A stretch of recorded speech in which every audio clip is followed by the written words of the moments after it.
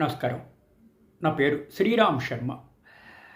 Section 143A negotiable investment act అనుసరించి interim compensation విషయంలో ఒక ప్రశ్నకి నివృత్తి చెప్తూ గౌరవ సుప్రీంకోర్టు ఇద్దరు జడ్జిల ధర్మాసనం justice Abhay S Oka, justice Ujjal Bhuyan తీర్పు ఇవ్వడం జరిగింది.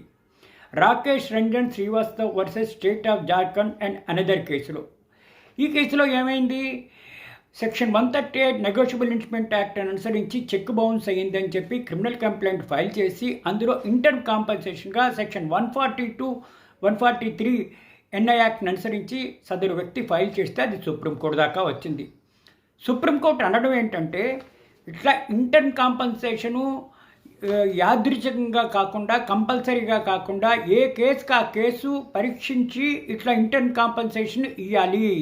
అంతేగాని సెక్షన్ 143A ఎన్ఐ యాక్ట్ అనుసరించి ప్రతి కేసులోని కేసు పెండింగ్ ఉన్నటప్పుడు ఇంటర్మ్ కాంపన్సేషను ఇవ్వవలసిన అవసరం లేదు అని తీర్పు ఇవ్వడం జరిగింది. ఈ తీర్పు ద్వారా మనకు తెలిసేది ఏంటి? ఇట్లా చెక్ బౌన్స్ కేసులో కంప్లైనెంటు ఇంటర్మ్ కాంపన్సేషన్గా ఫైల్ చేస్తే అది కంపల్సరీగా ఇవ్వాలన్న రూల్ లేదు. ఒక్కొక్క కేసుకి ఒక్కొక్క విధంగా ఉంటుంది. ఇది పరీక్షించి క్షుణ్ణంగా చూసి కరెక్ట్ అయితేనే ఇట్లా ఇంటర్మ్ కాంపన్సేషను అవార్డు చేయాలి. కానీ ప్రతి సెక్షన్ 138 నెగోషియబుల్ ఇన్వెస్ట్మెంట్లోని క్రిమినల్ కంప్లైంట్లో కంపల్సరీగా 10-20% 143A check bounce case value ఇవ్వాలి అన్న రూల్ లేదు అని ఈ తీర్పు చెప్తోంది.